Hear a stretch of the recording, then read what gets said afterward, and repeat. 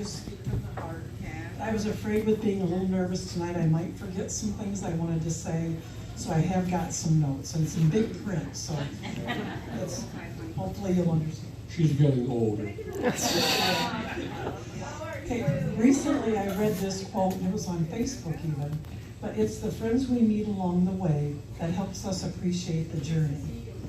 And I thought, what a perfect thing for tonight. You know, I look out over the room, that's not only friends from my own lodge, not only from our own district, but from our state, all around the state that have come tonight to help honor me, and I so appreciate that.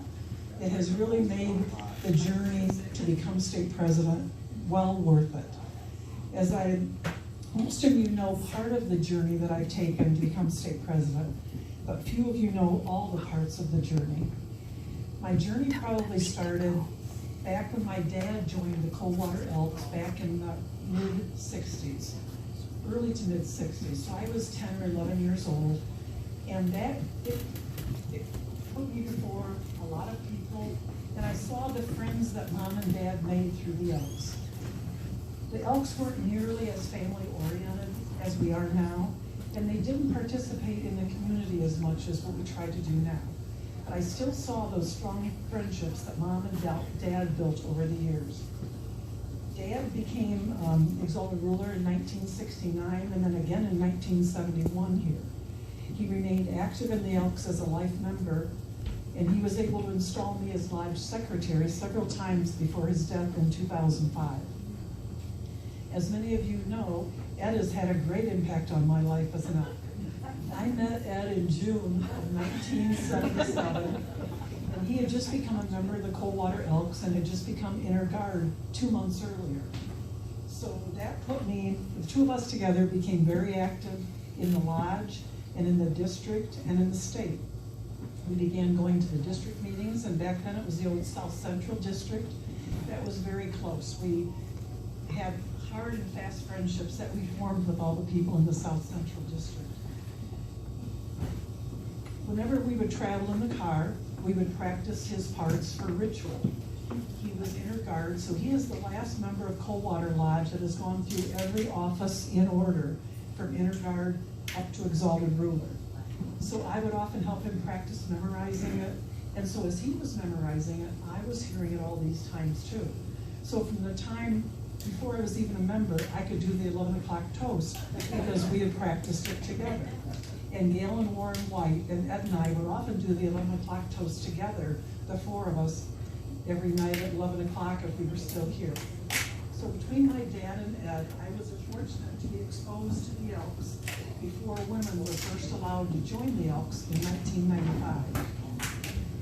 On October 7th, 1999, while Ed was state president, I joined the Coldwater Elks Lodge along with 2 other women and a couple of guys that same night.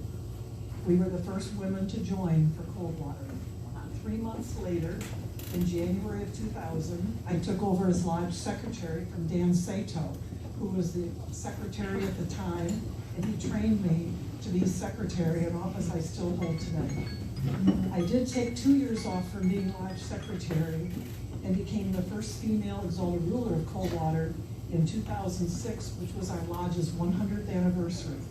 That year, before that I was still secretary, and when it came to nominations for ER, nobody wanted to be ER that next year. I said I would do it. The 100th anniversary and the first woman, but what a milestone to be able to step forward and do that.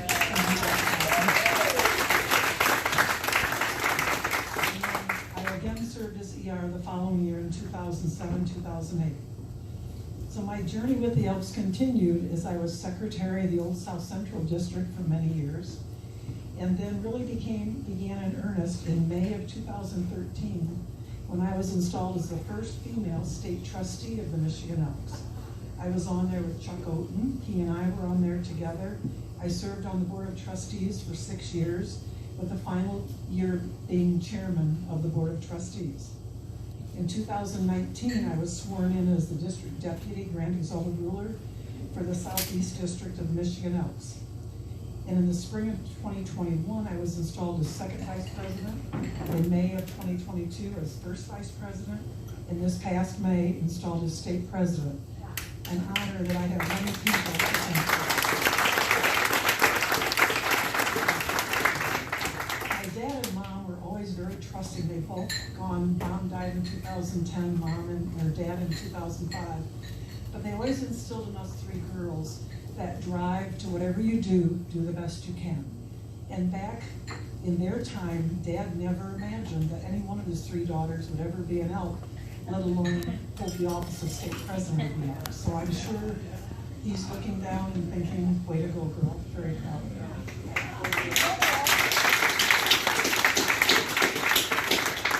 I'm very lucky to have had Ed, who shared his experience as an Elk, encouraging me to move up the ladder until I was able to break that glass ceiling to become state president of the Elks. I've always appreciated your support and members of my own lodge, my district, and from all the Elks across the state. A big thank you to the committee tonight. I know Ed's already thanked him at the beginning, but I would like to thank again the committee for putting this event together tonight. Kathy Moddard, who spearheaded the committee, Moose Moddard, and Dan, who prepared and smoked the ribs and chicken, and our lodge officers, Mike Searing, Chris Stevens, Tony Goebel, Kathy Cole-Howard, and Marilyn Lepper. Thank you for all that you've done.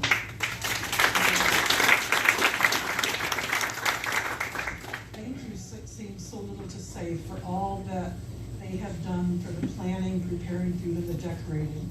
This downstairs, I think, has never looked better than it has tonight. You've done an excellent job with the decorating. You are all appreciated. I'm sure that many others have had their hand in helping tonight. Thanks to all of you and to all of you who are attending. You have truly helped make this a very, very memorable night for me. Thank you very much.